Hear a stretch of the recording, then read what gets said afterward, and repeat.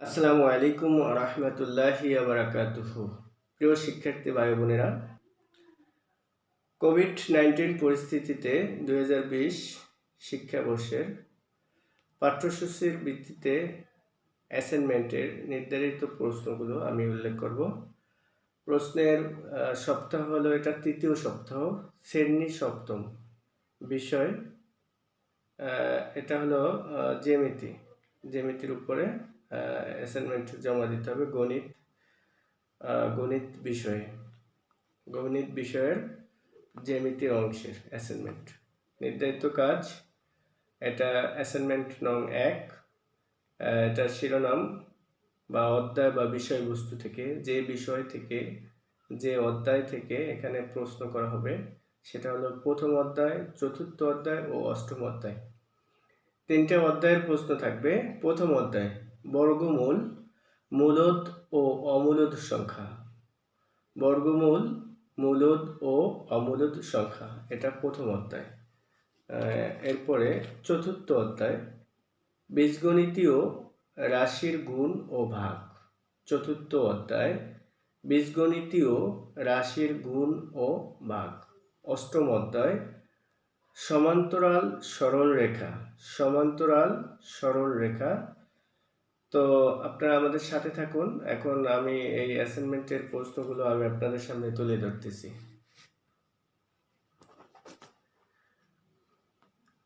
তৃতীয় সপ্তাহের দাখিল সপ্তম শ্রেণীর গণিত বিষয়ের অ্যাসাইনমেন্ট। এ সপ্তাহেই এটা প্রথম নির্ধারিত কাজ 1। প্রথম অধ্যায় বর্গমূল, মূলদ ও অমূলদ সংখ্যা। প্রথম অধ্যায় বর্গমূল, মূলদ ও অমূলদ সংখ্যা। প্রথম অধ্যায় এবং চতুর্থ অধ্যায়, তার মানে দ্বিতীয় তৃতীয় অধ্যায় এখানে আসেনি। বীজগণিতীয় রাশির গুণ ও ভাগ, বীজগণিত রাশির গুণ ও ভাগ। অষ্টম অধ্যায় সমান্তরাল সরলরেখা, জ্যামিতি সমান্তরাল সরলরেখা। তো এই 3টা অধ্যায় থেকে এই সপ্তাহের অ্যাসাইনমেন্ট নির্ধারণ করা হয়েছে। সেই হিসাবে এখানে আসছে সৃজনশীল একটা জ্যামিতি আসছে, চিত্র ABC, এবং এটার বর্ধিত অংশ ডি পর্যন্ত গেছে। এদের ABCED। তোমাদের নির্ধারিত সপ্তম শ্রেণীর গণিত বইয়ে এরকম একটা চিত্র আছে। ওই চিত্রটার আলোকে একটু উদ্দীপক। চিত্রে BA ও CE রেখাদ্বয় পরস্পর সমান্তরাল। BA এই রেখাটা আর CE এই রেখাটা, আর এটা সমান্তরাল। এই রেখার এই পাশ থেকে এখানে যতটুকু ফাঁকা আছে, এখান থেকে এতটুকু ফাঁকা আছে, সমান্তরাল।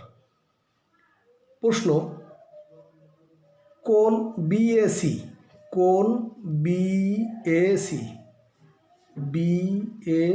এই কোণটা ও কোণ ACE এই কোণটা এর মধ্যে সম্পর্ক কি? সম্পর্ক লিখো। এই কোণটা এবং এই কোণটার মধ্যে সম্পর্ক লিখতে। খ, দেখাও যে কোণ BAC বা BAC কোণ এই কোণটা প্লাস কোণ ABC এই কোণটা, ABC কোণ ইকুয়াল কোণ ACD এই পুরো কোণটা। এটা প্রমাণ করে দেখাইতে হবে। গ, প্রমাণ করো যে কোণ ABC এই কোণটা প্লাস BCE এই কোণটা এবং এই কোণটা ইকুয়াল দুই সমকোণ। এই কোণ, এই যে ABC কোণ, এই কোণ, এবং BCE কোণ, এই কোণ, এই দুই কোণ যোগ করলে দুই সমকোণ হয়। আশা করি প্রশ্ন 1 নম্বরটা তোমরা বুঝেছো। এবং দ্বিতীয় প্রশ্ন বা 2 নম্বর প্রশ্ন, একটি ত্রিভুজের দুইটি বাহু এ সমান বা ইকুয়াল 32 সেন্টিমিটার। একটা বাহু, এ বাহুটার দৈর্ঘ্যটা 32 সেন্টিমিটার, বি বাহুর দৈর্ঘ্য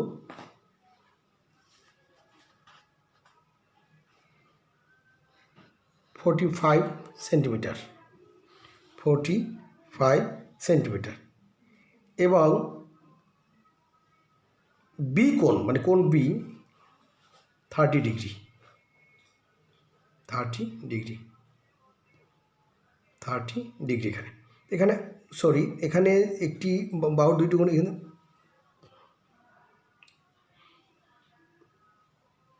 3.2 সেন্টিমিটার, বি সমান 4.5 সেন্টিমিটার।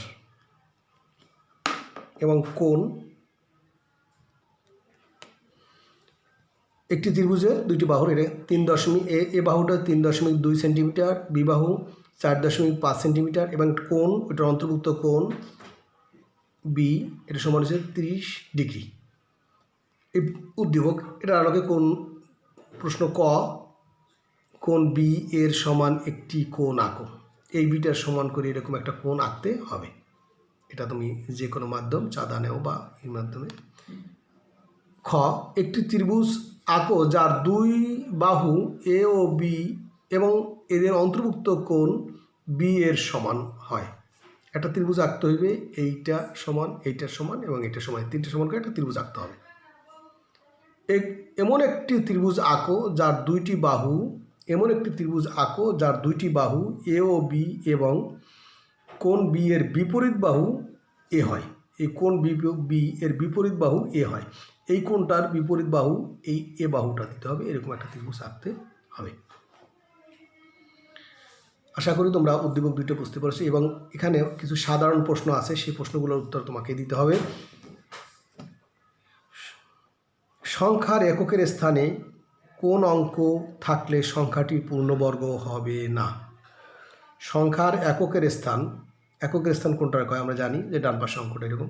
সংখ্যার এককের স্থানে কোন অঙ্ক থাকলে সংখ্যাটি পূর্ণবর্গ হবে না? ক, এর বর্গ সংখ্যার একক স্থানে 6 থাকলে ক এর একক স্থানের অঙ্কটি কি কি হতে পারে?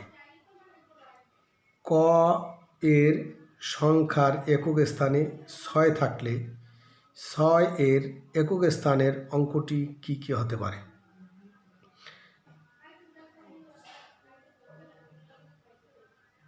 এখানে একটি সংখ্যা দেওয়া আছে। এই সংখ্যাটা 24,636 সংখ্যাটি বর্গমূল কত অঙ্ক বিশিষ্ট? এটা কত অঙ্ক বিশিষ্ট সেটা তোমাকে লিখতে হবে।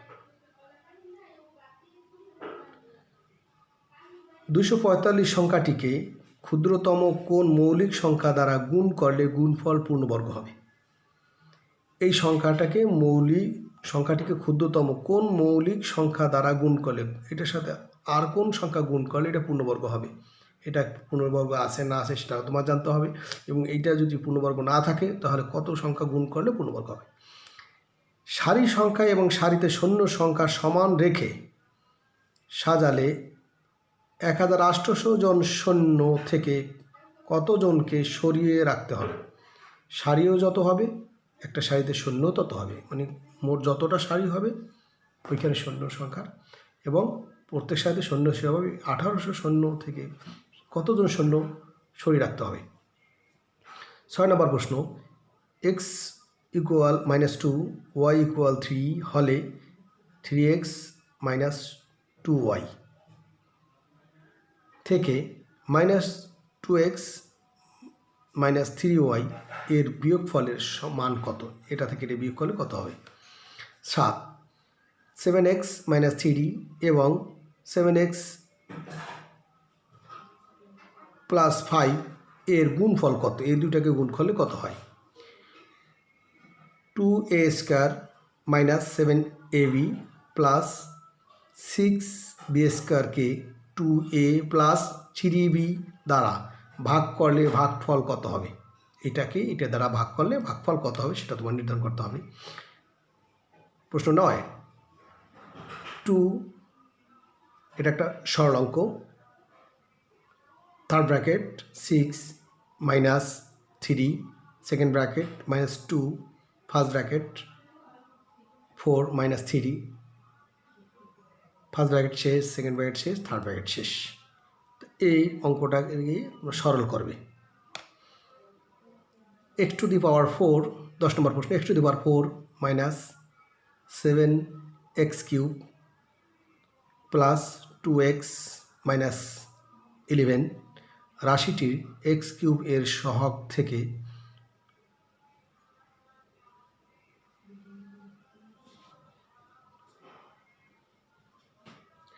x কিউবের সহগ থেকে ধ্রুবক পদের বিয়োগফলের মান কত? এখানে x কিউবের সহগ থেকে ধ্রুবক পদের বিয়োগফলের মান কত? এই প্রশ্নগুলো বুঝে এভাবে তোমাদের উত্তর তৈরি করতে হবে। আশা করি তোমরা বুঝতে পেরেছ। শিক্ষার্থী বন্ধুরা, এখন তোমরা এইটার অ্যাসাইনমেন্ট তৈরি করো এবং শিক্ষকের কাছে আগামী সপ্তাহের জন্য নিয়ে যাও তাদের কাছে। আল্লাহ হাফেজ। দাখিল সপ্তম শ্রেণীর তৃতীয় সপ্তাহের ইংলিশ অ্যাসাইনমেন্ট। তৃতীয় সপ্তাহে ইংরেজির দ্বিতীয় অ্যাসাইনমেন্ট। এর পূর্বে একটি অ্যাসাইনমেন্ট গিয়েছে, এখন দ্বিতীয় অ্যাসাইনমেন্টে আসি। ইংলিশ ফর টুডে বইয়ের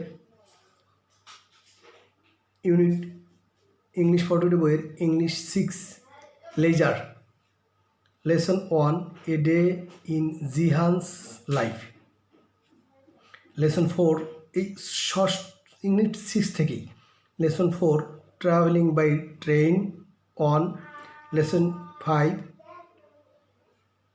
ট্রাভেলিং বাই ট্রেন 2। এই তিনটা অধ্যায় থেকে, তিনটা পার্ট থেকে ইউনিট 6 মানে ষষ্ঠ অধ্যায়ের ইউনিট 6-এর লেজারের যে অধ্যায়টা রয়েছে, ইউনিটটা রয়েছে, ওই ইউনিটের 1, 4 এবং 5 তিনটা লেসন থেকে এই সপ্তাহে অ্যাসাইনমেন্ট দেওয়া হয়েছে। অ্যাসাইনমেন্ট হয়েছে read the lesson on a day in Jihan's life. জিহানের জীবনের উপরে এই পাঠ আলোচনা, পেজ নম্বর 54 বইয়ের। And make a daily routine accordingly for your own. তোমার নিজের অনুসারে একটা রুটিন তৈরি করতে বলছে।